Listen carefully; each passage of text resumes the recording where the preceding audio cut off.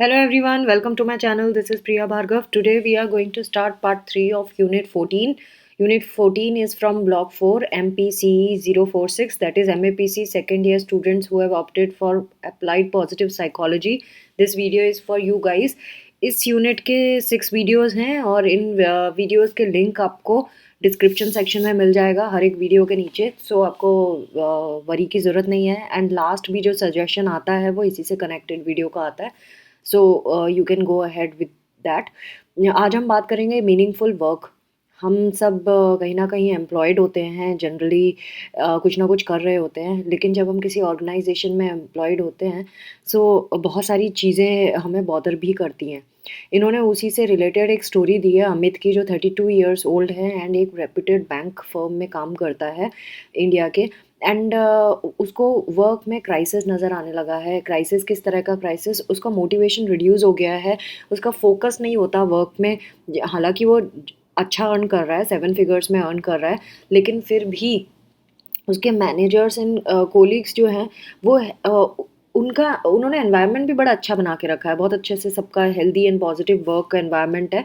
ऐसा कोई इशू नहीं है वर्क प्लेस पे, लेकिन फिर भी उसको मोटिवेशन नहीं आता। उसको ऐसा लगता है कि वो एम्पावर्ड नहीं फील कर पा रहा है, कुछ ऐसा नहीं कर रहा काम में जो उसको एम्पावर्ड फील कराता हो, या उसको मोटिवेशन होता हो कि मैं आऊँ और मैं काम करूँ। सो वो अनहैप्पी है अपने वर्क से। सो हमसे पूछा गया है वो क्यों अनहैप्पी है। आप क्या बता सकते हैं उसको क्या क्या मिसिंग लग रहा है अपनी लाइफ में? उसका एंथुसियाज्म क्यों रिड्यूस हो चुका है, उसका फोकस क्यों नहीं है वर्क पे, और वो लाइफ की क्यों हायर पर्पस ढूंढना चाहता है? ऐसा क्या हो रहा है उसको? वाई इस टाइम पे वो एक क्राइसिस से गुजर रहा है? सो इसी के बेसिस पे आज का हमारा टॉपिक है। इन्होंने बोला but why does work need to provide a higher purpose and meaning. काम को हायर पर्पस प्रोवाइड करने की क्या ज़रूरत है, मीनिंग प्रोवाइड करने की क्या ज़रूरत है हमारी लाइफ को? And how can this increase motivation and productivity at work. वो कैसे मोटिवेशन बढ़ा सकता है और वर्क में प्रोडक्टिविटी ला सकता है? तो जो हम बात करने जा रहे हैं इस चैप्टर में वो मीनिंगफुल वर्क के ऊपर बात करने जा रहे हैं, और कैसे it is going to impact our motivation, हमारी प्रोडक्टिविटी कैसे बढ़ाएगा किसी ऑर्गेनाइजेशन में, वो भी बात करेंगे।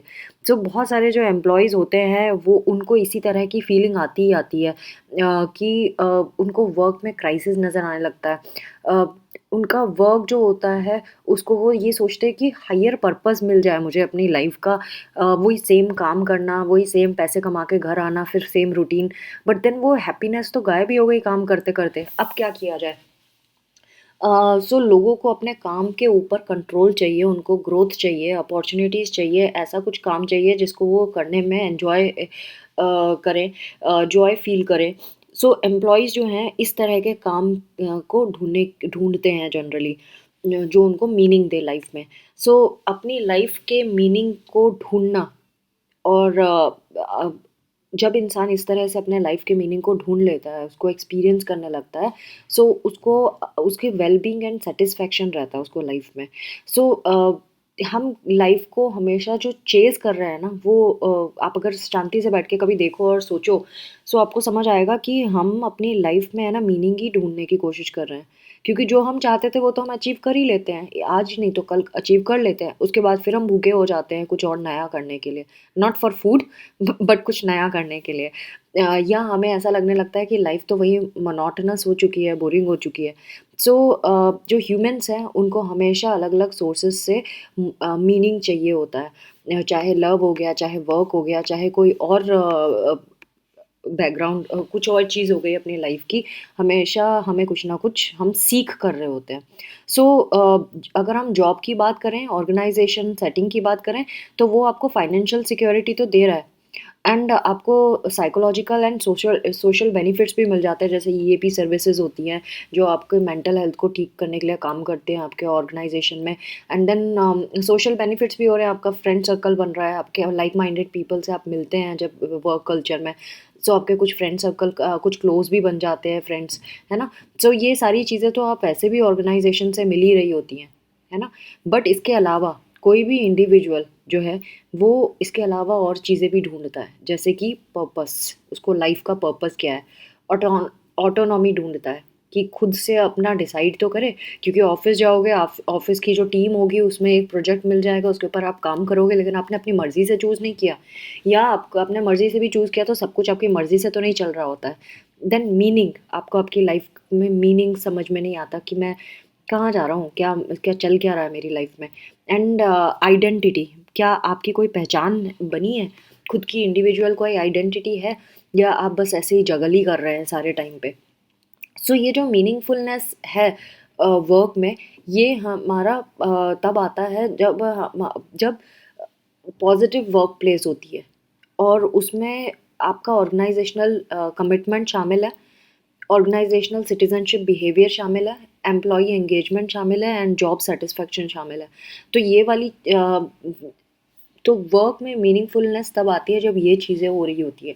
सो ये 3-4 इन्होंने टर्म्स यूज़ किए हैं: organisational commitment, organisational citizenship behaviours, employee engagement and job satisfaction.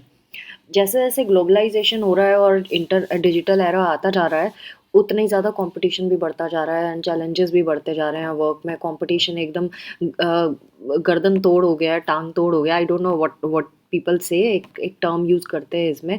इस तरह का कंपटीशन चल चुका है कि इंसान ना हमेशा एग्जॉस्ट फील करता, बर्न आउट फील करता है, स्ट्रेस में रहता है।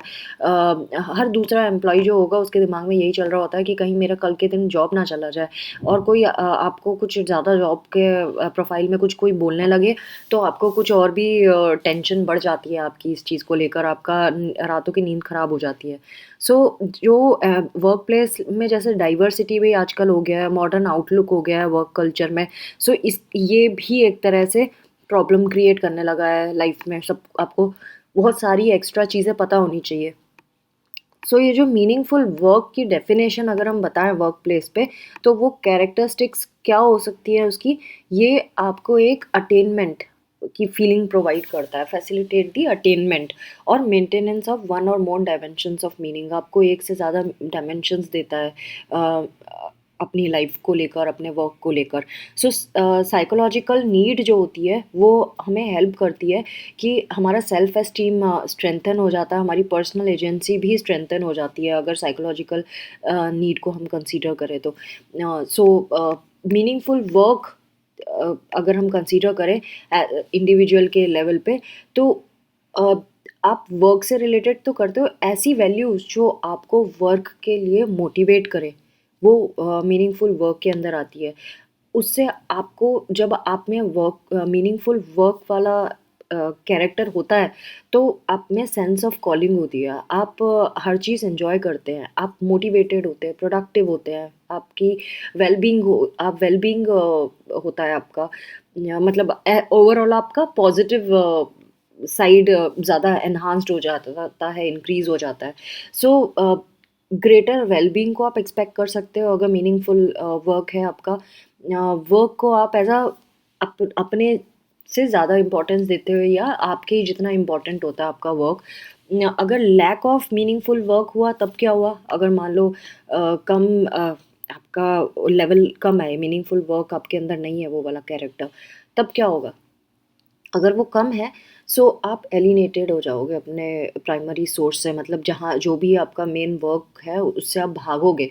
आप में एंग्जाइटी होगी, इमोशनल एग्जॉशन होगा, आप जल्दी से इमोशनली ड्रेन फील करेंगे, आप बर्न आउट फील करेंगे, आपको लगेगा सब कुछ छोड़ छाड़ के कहीं भाग जाऊँ।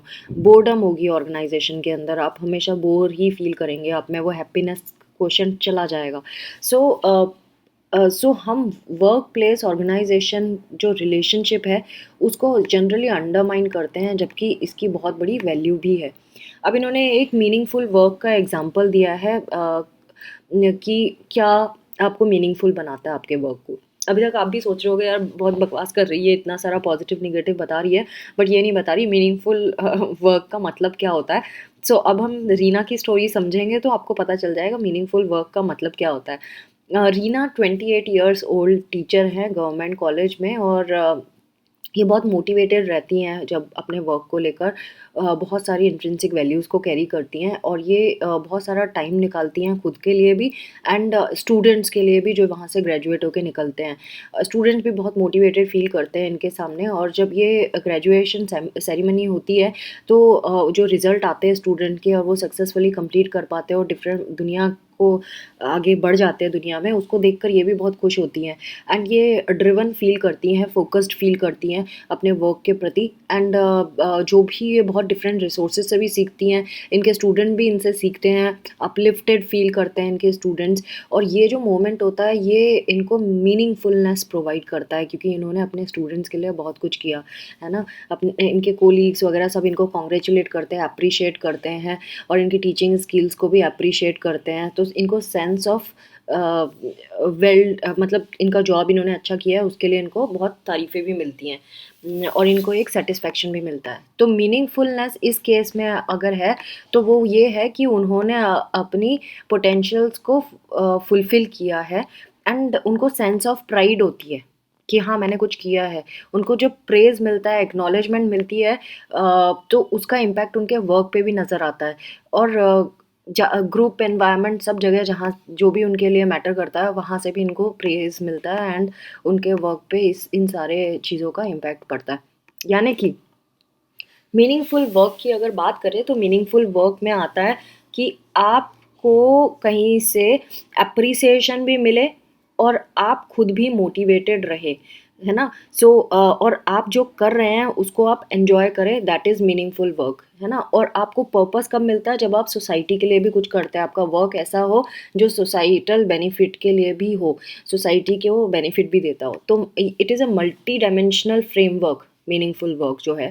और इसमें दो चीज़ों के बारे में बात की है, एक कंटेंट डायमेंशंस के बारे में बात की है और एक प्रोसेस डायमेंशंस के बारे में बात की है। कंटेंट डायमेंशन में आता है कि डेवलपिंग एंड बिकमिंग सेल्फ, आप अपने आप को डेवलप कर रहे हैं और जो आप आइडियल सेल्फ सोचते हैं अपने आप को वो आप बन रहे हैं। सेकंड, सर्विंग अदर्स, आप दूसरों को सर्व कर रहे हैं।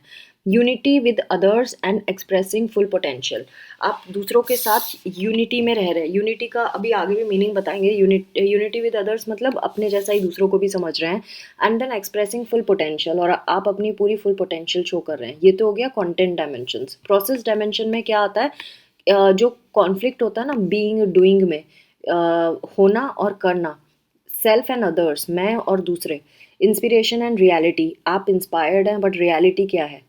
सो इन दोनों के बीच में जो कॉन्फ्लिक्ट है उस प्रोसेस से गुजरना, ये सब मीनिंगफुल वर्क के अंदर आता है। सो ये इन्फ्लुएंस करता है हमारे सोशल रिलेशंस एंड इंटरेक्शंस दूसरों के साथ, किस तरह का हम जब काम कर रहे होते हैं तो हमारा इंटरेक्शन बाकी लोगों के साथ कैसा है, हमारा रिलेशन दूसरों के साथ कैसा है, इवन ऑर्गेनाइजेशन के अंदर और ऑर्गेनाइजेशन के बाहर। कुछ स्टडीज़ हुई है जिसमें बताया है कि इंडिविजुअल्स जो है मीनिंगफुलनेस रिकॉग्नाइज नहीं कर सकते अपने आप से। आपको अपने आप से मीनिंगफुलनेस नहीं समझ में आएगी, ये क्रिएट की जाती है आपके वर्क में। कैसे, जैसे जब आपका वर्क जो आपने किया है, आपने ऑर्गेनाइजेशन को कुछ बेनिफिट दिया है एंड दूसरों ने आपको अप्रिशिएट किया है। जब दूसरे आपको अप्रिशिएट करते हैं तो आपको अपनी की लाइफ मीनिंगफुल लगने लगती है। सो एक और टर्म इन्होंने यहाँ मेंशन किया था मीनिंगफुल वर्क में, यूनिटी विद अदर्स, यानी कि ये अगर एम्प्लॉइज़ समझे तो आप जो सोसाइटी को कंट्रीब्यूट करते हैं, आप अपने लिए तो करते हैं, अपनी फैमिली के लिए भी करते हैं, लेकिन आप सोसाइटी के लिए क्या कर रहे हैं। अगर ऑर्गेनाइजेशन के थ्रू आप सोसाइटी के लिए कुछ करने लगते हैं तो ये होता है यूनिटी विद अदर्स, आपने दूसरों के लिए भी कुछ किया है। जैसे कई ऑर्गेनाइजेशंस ने अपने खुद के फाउंडेशंस खोले हुए हैं, फाउंडेशंस के थ्रू वो समाज सेवा करते हैं, कुछ ऐसा काम करते हैं जैसे स्लम एरियाज़ के बच्चों को पढ़ाना या कुछ इस तरह के काम। सो उससे आपको मीनिंग फुलनेस समझ में आती है लाइफ की, अपने वर्क की, कि हाँ ठीक है मैं अर्न तो कर रहा हूँ लेकिन मैंने सोसाइटी के लिए भी कुछ कर रहा हूँ मैं, इस तरह से। सो मीनिंगफुल वर्क में एम्प्लॉयज़ का जो भी परफॉर्म कर रहे हैं वर्क में, उसका उसका कंट्रीब्यूशन ऑर्गेनाइजेशन को हो रहा है ना। इसको एक तो रिकॉग्नाइज करना ज़रूरी है सब्जेक्टिवली भी, एंड जब आप इस तरह आपको ये समझ में आता है कि हाँ मैंने ऑर्गेनाइजेशन के लिए भी मैं कुछ कर रहा हूँ एंड ये भी एक पर्पस का काम कर सकता है। Then serving others is associated with higher calling, अपने आपने ठीक है जॉब किया, है ना? आपने एज ए एम्प्लॉय काम किया किसी ऑर्गेनाइजेशन में, लेकिन आपकी पर्सनल वैल्यूज़ और जो आपको टास्क दे रहा है या मिल रहा है ऑर्गेनाइजेशन जो आपको दे रहा है, उसमें कितना फिट बैठ रहा है, मतलब आपकी वैल्यूज़ क्या है और आपको टास्क क्या मिल रहा है, ये दोनों अगर एक दूसरे से कोरिलेट नहीं करती हैं तो भी आप को मीनिंगफुल नहीं लगेगा आपका वर्क। सो आपको ये देखना होगा कि आपकी वैल्यूज़ के साथ कौन सी ऐसी जॉब प्रोफाइल है जो आपके लिए फिट बैठती है। सो मीनिंगफुल वर्क जो है वो ये सिग्निफिकेंट भी होता है, एंड इसमें कुछ वर्क एक्टिविटीज़ एंड टास्क जो आप परफॉर्म करते हैं उसका अटैचमेंट भी होना चाहिए कि वो कितना सिग्निफिकेंट है आपके लिए।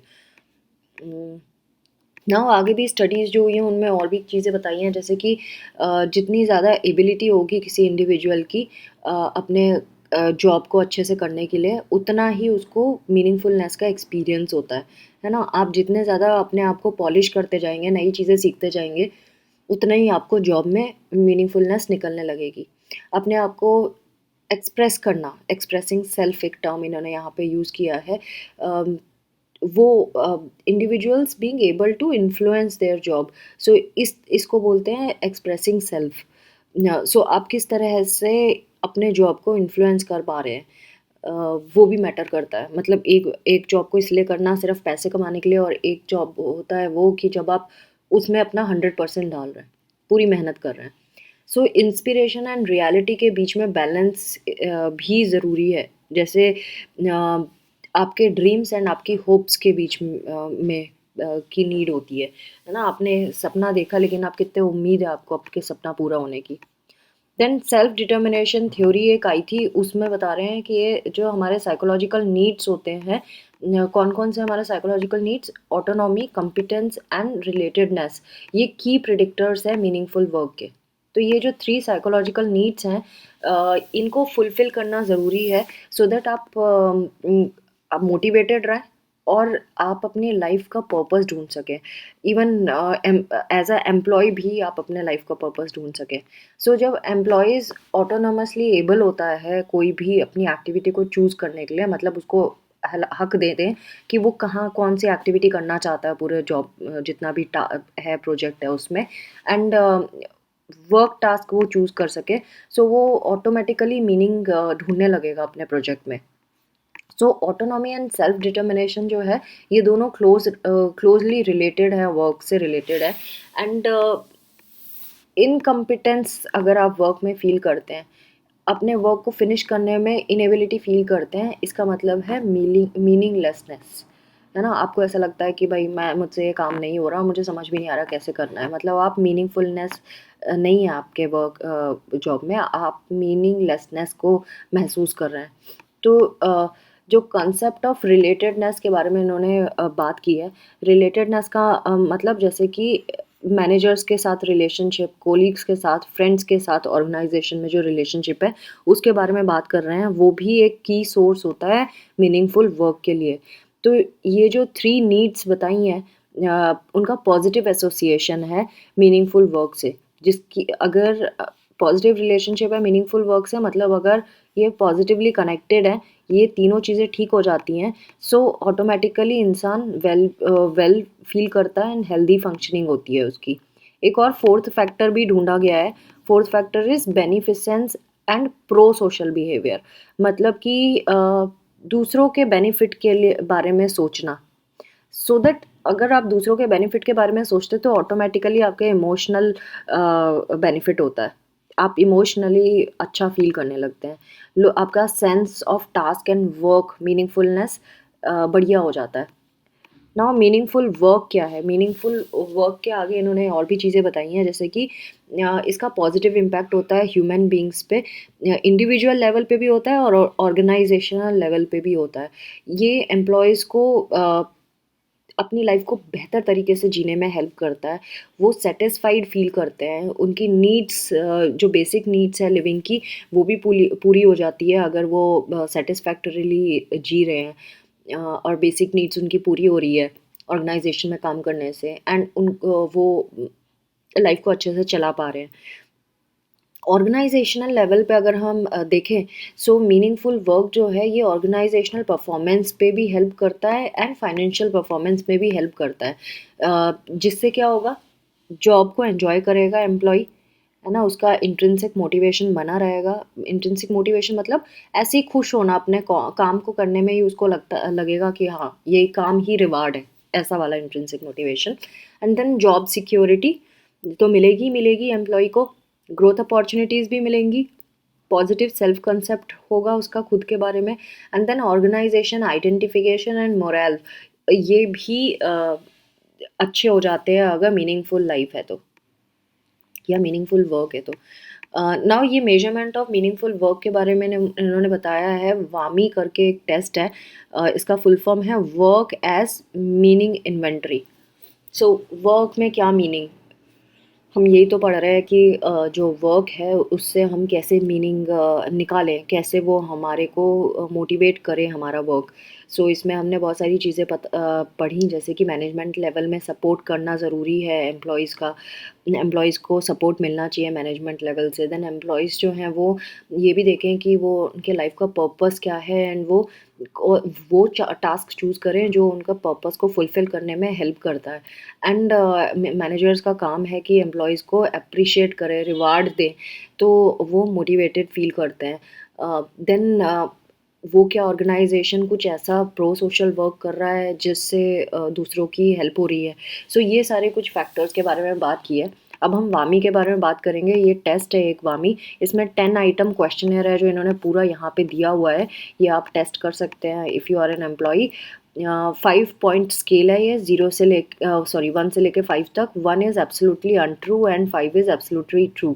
सो हाई स्कोर का मतलब होता है मीनिंगफुल वर्क है, और लो स्कोर मतलब मीनिंगलेस वर्क है। 3 सब स्केल्स हैं इसमें। इसमें हम किस किस को कैलकुलेट कर रहे हैं, पॉजिटिव मीनिंग को कैलकुलेट कर रहे हैं, मीनिंग मेकिंग थ्रू वर्क को कैलकुलेट कर रहे हैं, एंड ग्रेटर गुड मोटिवेशंस उसको हम चेक कर रहे हैं कि मोटिवेशन कितना है, मीनिंग मेकिंग कितना हो रहा है, एंड पॉजिटिव मीनिंग कितना निकल रहा है। ये चीज़ें तो 10 आइटम्स हैं, एंड इनको इंडिविजुअली भी हम चेक कर सकते हैं और ओवरऑल भी चेक कर सकते हैं। सो अगर आप देखें यहाँ पे लिखा है I found a meaningful career, है ना, आपको क्या लगता है, आपको जो आप जिस फील्ड में काम कर रहे हैं वो मीनिंगफुल करियर है आपके लिए। I view my work as contributing to my personal growth, and मैं अपने वर्क को ऐसा देखता हूँ जो मेरी पर्सनल ग्रोथ में भी कंट्रीब्यूट कर रहा है। Then my work really makes no difference to the world. So इसमें आप क्या जवाब देंगे लाइक दैट। सो ये नंबर डालने हैं आपको 1 2 3 4 ऐसे करके। तो यहाँ पे इन्होंने स्कोरिंग भी दिया है। Scores of item 3 is reversed, 1 implies absolute true and 5 means absolutely untrue. यहाँ पे इन्होंने यहाँ पे लिखा भी है। सो इस तरह से आप ये पूरा टेस्ट को करके चेक कर सकते हैं कि आपका मीनिंगफुल वर्क है या नहीं है। तो friends, this was about meaningful work. एक बार सेल्फ रीडिंग तो बनती है, आप ये तो मैंने ओवरऑल जो मुझे लगा कि ज़रूरी था वो मैंने आपको बता दिया, बट देन आप पढ़ सकते हैं एक बार। Self study is always good. So thanks for watching, take care of yourself, bye bye.